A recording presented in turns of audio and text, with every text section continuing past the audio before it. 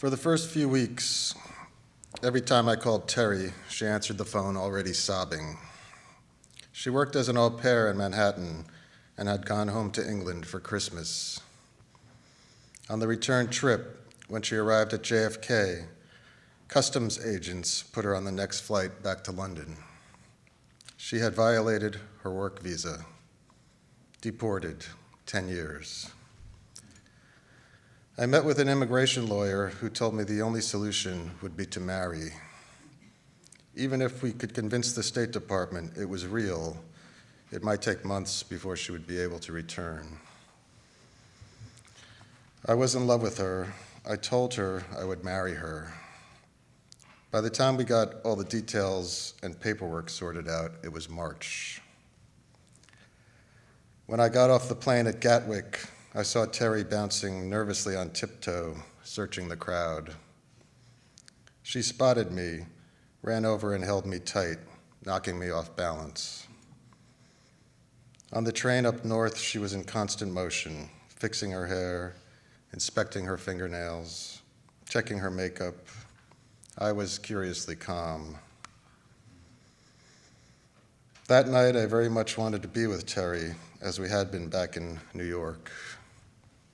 She was reticent, putting me off. When she did give in, it was like it had been with us before, but different. The day we were to get married, Terry was so anxious she had to take some Valium. That morning, she'd done her hair up into a single braid running down her back.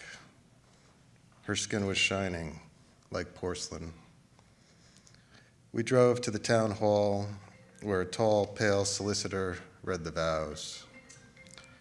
When he asked Terry if she took me as her husband, she hesitated, then gave a nervous laugh before managing to say, "Yes, I do." We went the next day to the Lake District for our honeymoon. At the inn we were staying, she became disagreeable, picking at me over small things, criticizing my clothing and my hair. She stayed in the pub when I went up to our room. The next day, I booked us a tour of the lake. As she stood on the bow, I took her picture, hair frizzed by rain, her smile a brilliant facade, her eyes wondrous and empty, with gray crescents underneath. When I told her I'd like to see the Bronte parsonage, she agreed. A road trip to take us away from that sodden place. The parsonage itself, a foreboding stone structure. I found the exhibits disappointing. Walking outside by myself, I came to the cemetery. It was surrounded by big oak trees, branches bare of leaves, studded with black crows arguing. Looking past the uneven rows of gravestones to the empty, wind-beaten moors, I understood where the Bronte sisters found inspiration. The memory came to me of the time we were in my car on the Upper West Side, both a bit looped, as Terry would say, and very hot for each other. I pulled down one of those long blocks between 11th Avenue and the West Side Highway, parking in the darkest spot I could find. I was surprised and excited when she peeled off her dress like a shirt and tossed it into the back seat.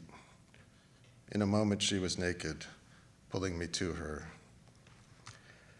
After we finished, dripping sweat, the windows of the car fogged with condensation, I lay my head on her breast, breathing in the thick, sweet aroma that came from us, listening to the sound of her heart beating through her damp skin. The deep, metallic chortle of a group of crows on a branch nearby shook me from my reverie. A gust of wind tearing them from their perch, wheeling them up above the cemetery, out over the moors. The rest of the flock following. I stood watching until they were only black specks shot across the slate-colored clouds, vanishing into the horizon.